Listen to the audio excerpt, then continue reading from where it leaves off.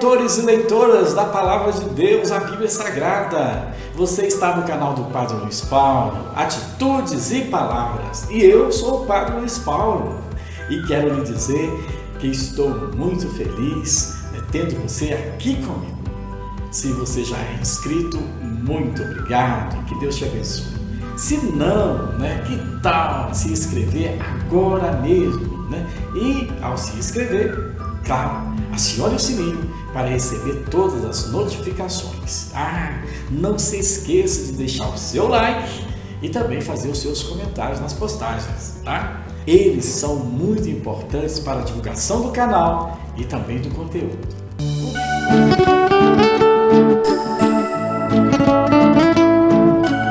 O vídeo de hoje tem o objetivo de lhe ajudar no aprofundamento da leitura feita ou da leitura a fazer dos livros dos Números. Vamos então ao conteúdo. O livro dos Números é chamado assim devido ao recenseamento de Israel, que são apresentados um no início do livro e o outro no final, além da atenção prestada aos números de uma forma geral. Na grande narrativa do Pentateuco, Números se faz ponte entre Êxodo Levítico, a saída do Egito e a proclamação da lei no Sinai, e o Deuteronômio, despedida de Moisés na fronteira da Terra Prometida. Evoca 38 anos desde a partida do Sinai até a chegada a Moabe, no lado oriental do Mar Morto. É um exemplo de teologia narrativa, porque narra como o povo, depois da aliança no Sinai e da instrução dos sacerdotes levíticos, aprende que o caminho se faz caminhando. Pelos fatos ocorridos no caminho, aprende o que significa, na prática, servir o Deus único e verdadeiro. O deserto foi o tempo da grande disciplina e pedagogia para o povo de Deus. No deserto, Israel teve que superar muitas tentações, acomodações, desânimo, vontade de voltar para trás, desconfiança de Deus, também desconfiança dos líderes, imprudência e um tantão de outras coisas. O livro dos Números nos ensina que qualquer transformação profunda exige um longo período de educação e também de amadurecimento.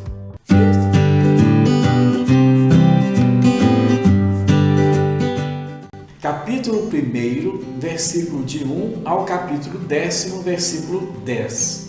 Preparação para a partida do povo do Sinai. Capítulo 10, versículo 11 ao capítulo 19, versículo 22. No deserto. Do Sinai a Cádiz. Rebeldia e castigo de Israel. Capítulo 20 ao capítulo 21. No deserto. De Cádiz a Moabe. Capítulo 22 ao capítulo 25. Nas estepes de Moabe. Nas planícies de Moabe, parte 1, Balaão, Finéias. Capítulo 26 ao capítulo 36. Nas estepes de Moabe. Nas planícies de Moabe, parte 2, a nova geração. Vamos agora comentar capítulo por capítulo, mostrando o que há de mais importante em cada um. Portanto, pegue a sua Bíblia na mão, minha gente, aberta no livro dos Números, porque vamos começar a nossa jornada, que com certeza será boa demais.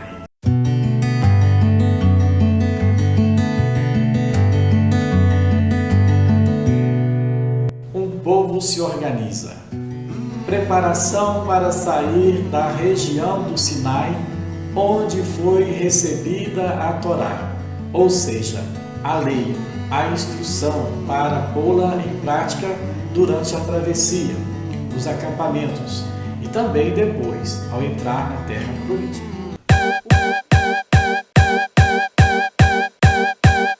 O capítulo 1 tem duas partes.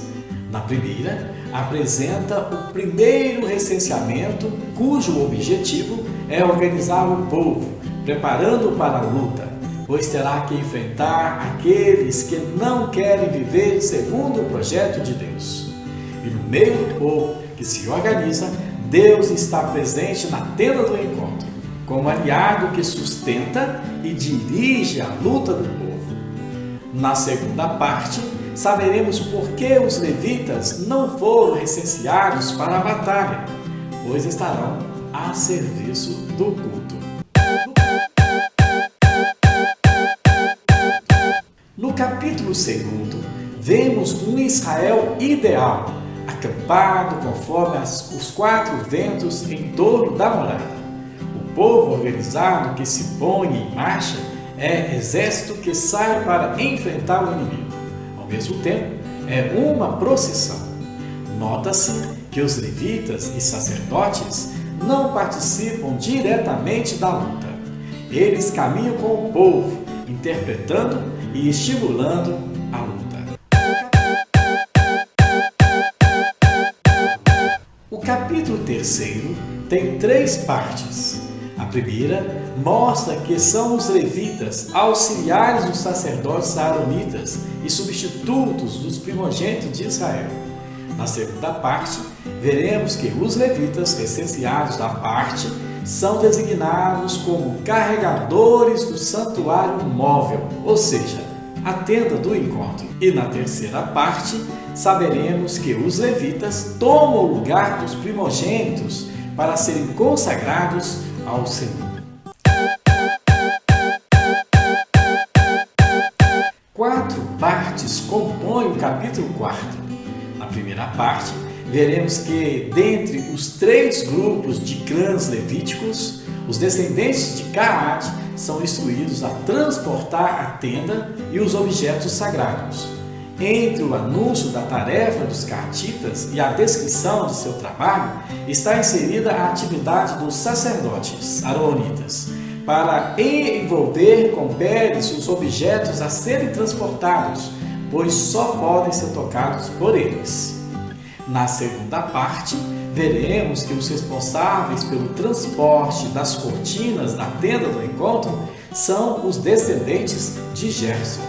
Na terceira parte, saberemos quem são os responsáveis por transportar as tábuas e as colunas, os descendentes de Merari.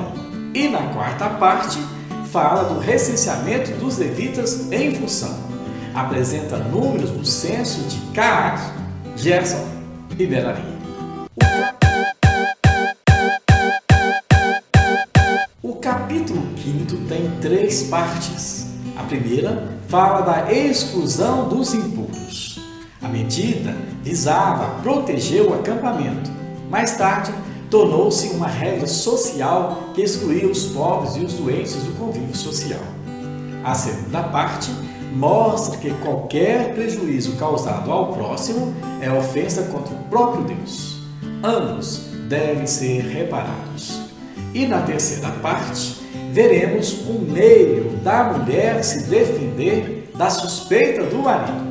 Numa sociedade governada pela justiça, todos têm o direito de defender a própria honra e a dignidade. Duas partes compõem o capítulo 6. A primeira parte fala do voto do nazireado. No povo de Deus, sempre houve e haverá pessoas que, através de uma promessa, se consagraram e se consagrarão a Deus de alguma maneira particular, tornando-se sinal de que o povo todo pertence a Deus.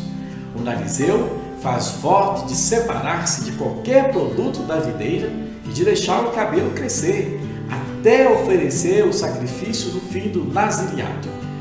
Na segunda parte, temos a bênção sacerdotal. A bênção é um sinal da presença protetora e vivificante de Deus no meio do seu povo.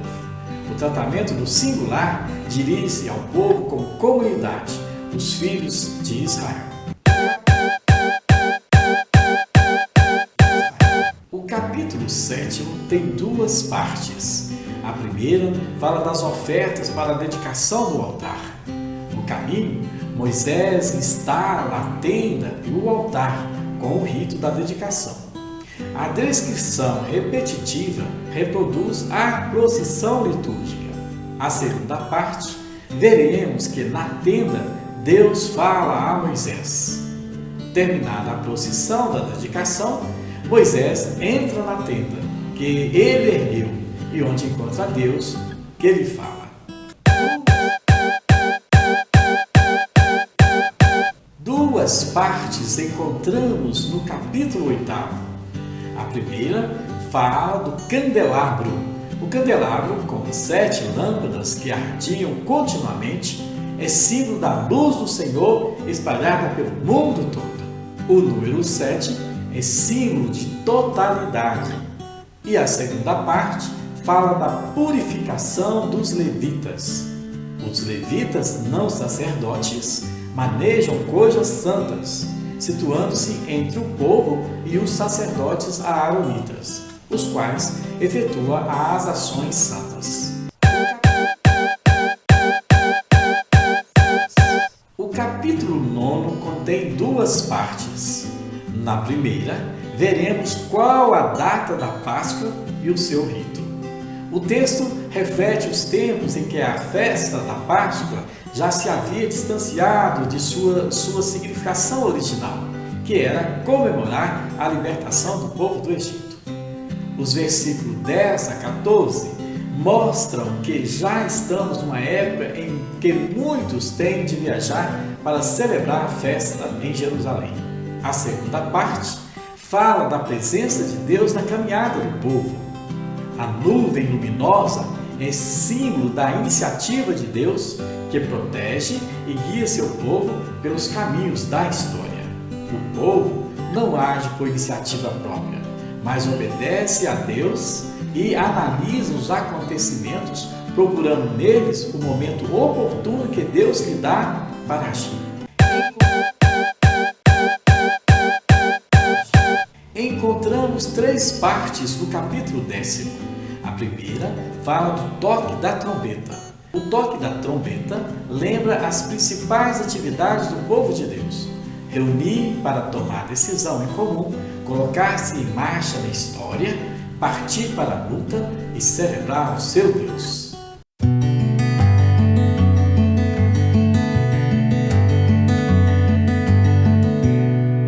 Do Sinai a Cádiz, rebeldia e castigo. Depois das amplas instruções prévias, seguem-se agora os feitos de Israel no caminho, que significa simbolicamente o modo de viver do povo de Deus. A segunda parte fala da partida do povo do Sinai ao sinal da nuvem. A ordem de Adonai, apresentado como comandante, o exército de Israel se põe em marcha.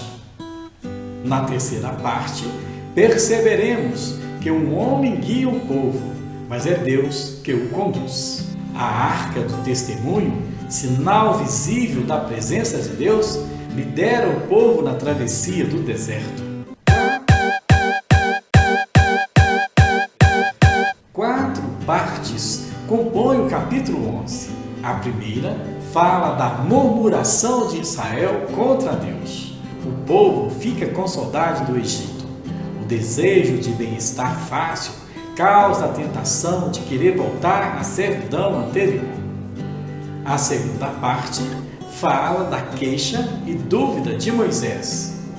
Moisés pede auxílio a Deus, mas duvida que Deus possa dar carne a tanta gente. A terceira parte fala do Espírito sobre os 72 anciãos. Que todo o povo do Senhor profetize.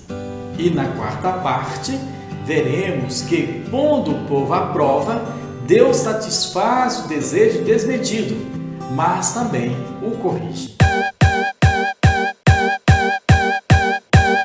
No capítulo 12, vemos que Deus faz um sinal em favor de Moisés, que está sendo contestado pelos parentes próximos.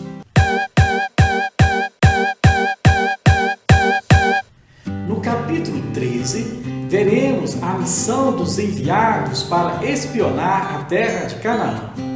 Moisés organiza com representantes das 12 tribos um grupo para reconhecer a terra prometida.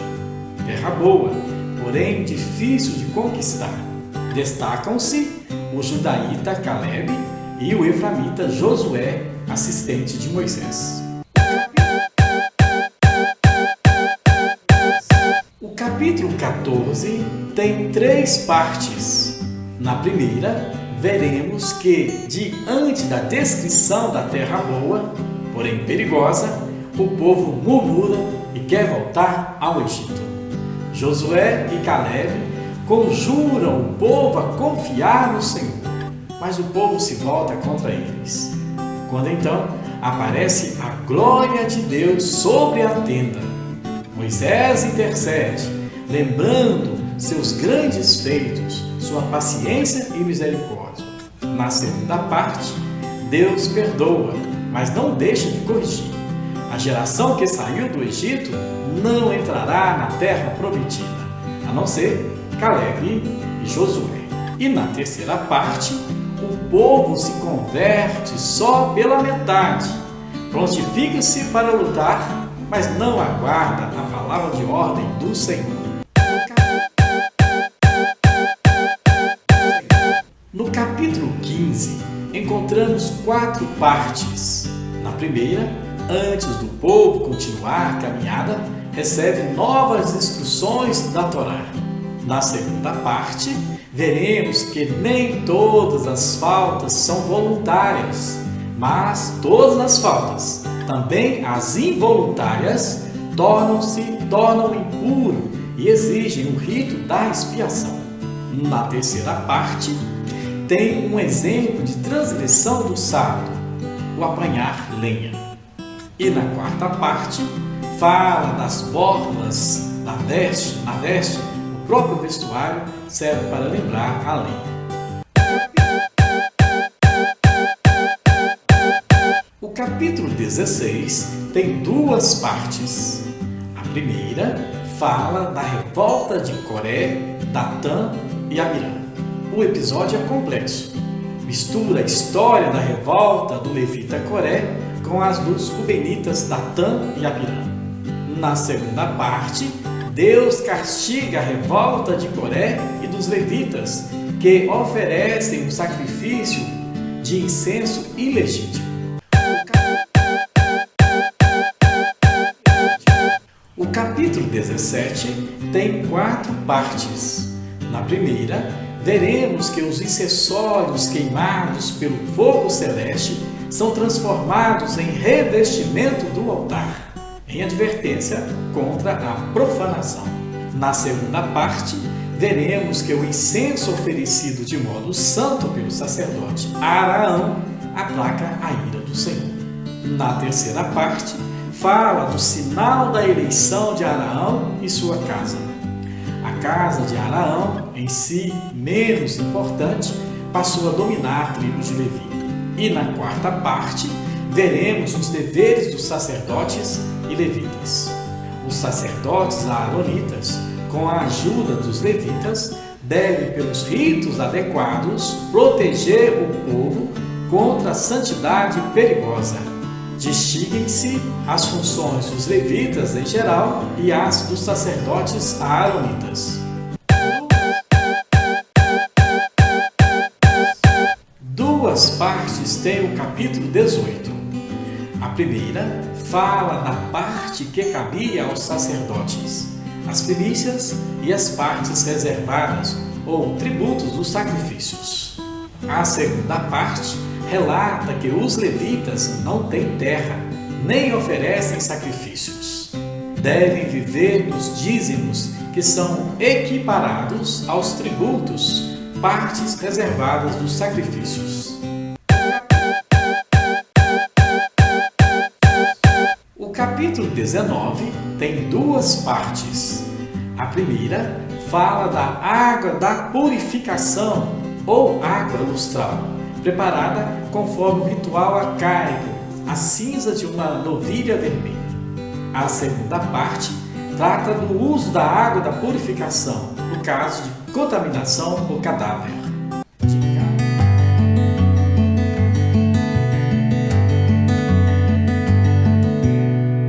De Cádiz a Moabe, alguns fatos ocorridos ao chegar na planície de Cádiz Barnea, na fronteira de Edom.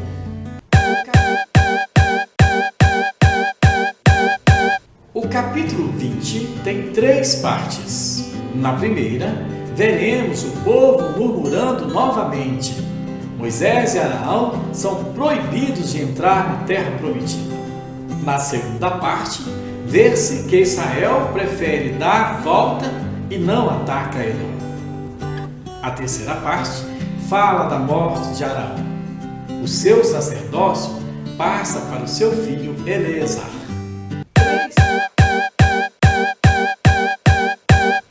Três partes tem o capítulo 21.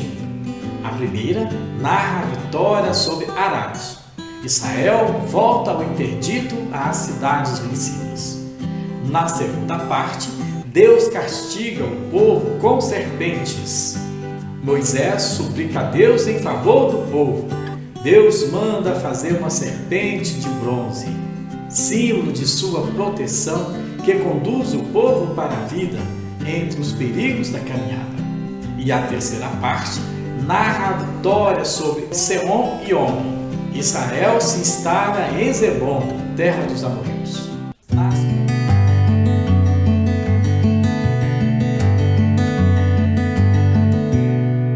Nas planícies de Moabe, Balaão, Finéias.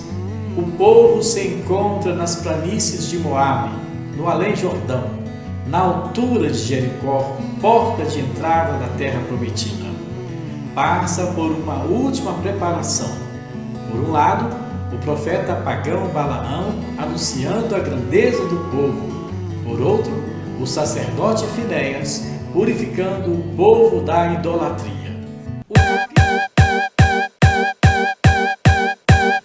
O capítulo 22 tem 3 partes. Na primeira, vemos que o rei Balaque contrata Balaão como profeta de aluguel contra Israel. Na segunda parte, vemos que através da mula, o Senhor lembra a Balaão que quem manda é ele. E na terceira parte, Balaão encontra com Balaque. Balaão lhe comunica a ordem do Senhor. Seguem os oráculos. Primeiro oráculo. Balaão constata o grande número dos israelitas. Segundo oráculo. Balaão anuncia a força de Israel. Terceiro oráculo. Balaão abençoa Israel, exaltando seu futuro. Quarto oráculo. Balaão anuncia ao rei Balaque que surge de Israel a vitória sobre Amaleque e a luta de Davi contra os filisteus.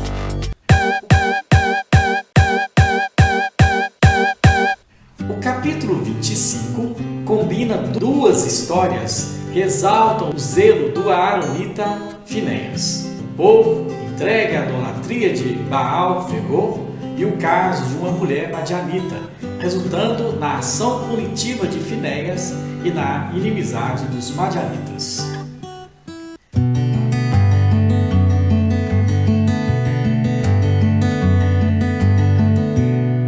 Nas planícies de Moabe, a nova geração.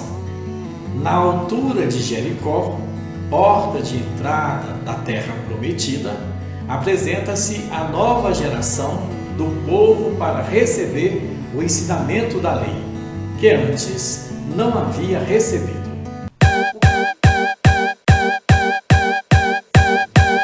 O capítulo 26 tem 3 partes. A primeira fala do segundo recenseamento dos israelitas. Depois da última grande mortandade, faz-se o censo da nova geração que cresceu nos 40 anos no deserto. A segunda parte fala do segundo recenseamento dos levitas. Como no primeiro censo, também aqui os levitas são recenseados à parte. E na terceira parte, veremos que a geração do deserto morreu. A geração nova deverá aprender a lei.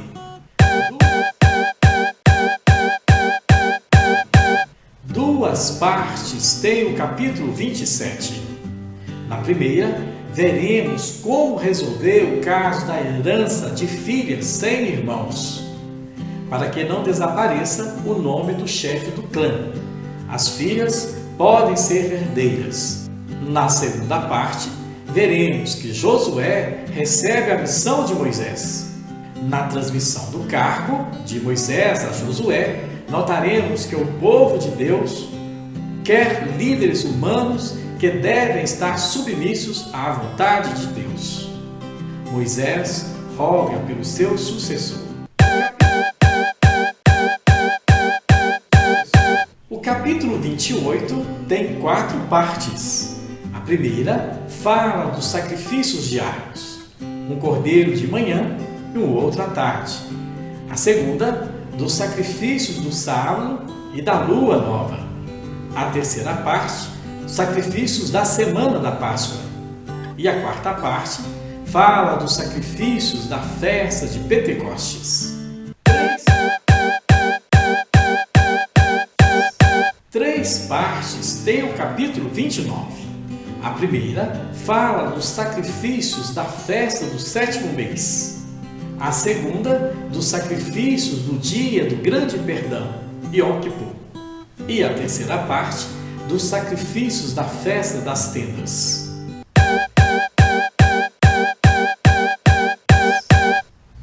No capítulo 30, vemos o quanto é sério fazer um voto. Quem o assume deve cumprir. O voto e a promessa são modos espontâneos de fazer alguma coisa além do que é prescrito pela lei. Note-se a diferença entre a legislação que atinge o homem e a outra que atinge a mulher. Numa sociedade patriarcal, a mulher está sempre subordinada ao pai ou ao marido. O capítulo 31 tem 4 partes. A primeira narra a represália contra os madianitas. A guerra contra Madian é uma guerra santa, daí a radicalidade. A segunda parte fala do massacre das mulheres madianitas. O extermínio é inspirado por motivos religiosos, perigo da idolatria. A terceira parte mostra que nos costumes guerreiros deve existir ética de fraternidade. Uma porcentagem da presa da guerra será para os levitas. E a quinta parte fala da oferta dos oficiais. Eles oferecem os despojos dos inimigos.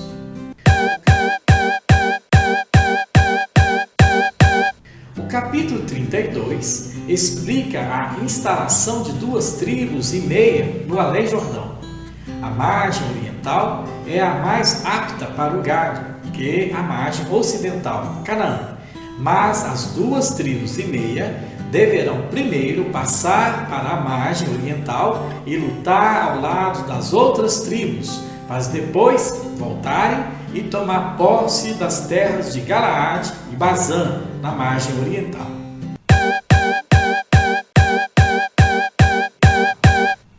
Duas partes tem o capítulo 33. A primeira faz uma recapitulação das etapas do Êxodo. A segunda parte vê-se as instruções para a conquista de Canaã. As tribos devem desapropriar as nações pagãs e tomar suas terras em posse como herança. O capítulo 34 fala das fronteiras e da partilha das terras de Canaã. Aqui descreve a terra à maneira da administração egípcia, sem incluir o Além Jordão.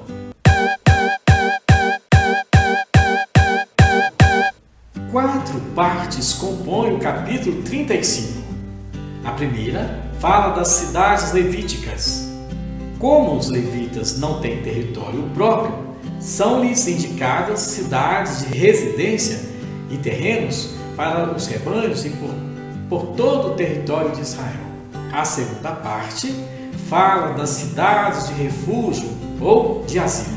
Em caso de homicídio involuntário, Os israelitas poderiam procurar asilo em determinadas cidades até que se faça o processo. A terceira parte faz distinção entre o homicídio doloso, ou seja, intencional, e um culposo, não intencional. E a quarta parte fala do julgamento do homicídio. Exige-se diversas testemunhas. O capítulo 36 tem duas partes. A primeira retoma o texto lido anteriormente no capítulo 27, resolvendo um problema importante para a reconstrução das tribos. As filhas herdeiras devem casar-se dentro da própria tribo para que não se diminua o território.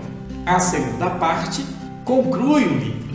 Na fronteira da terra prometida, termina propriamente a história do Êxodo.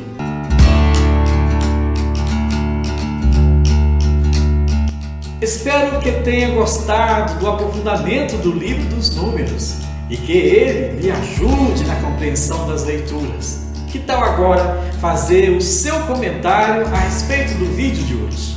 Deixe também o seu like e compartilhe o link com seus amigos que você sabe que gosta de ler a Bíblia. Desejo saúde, paz e perseverança nas leituras. Abraço feliz e até o próximo vídeo de aprofundamento bíblico.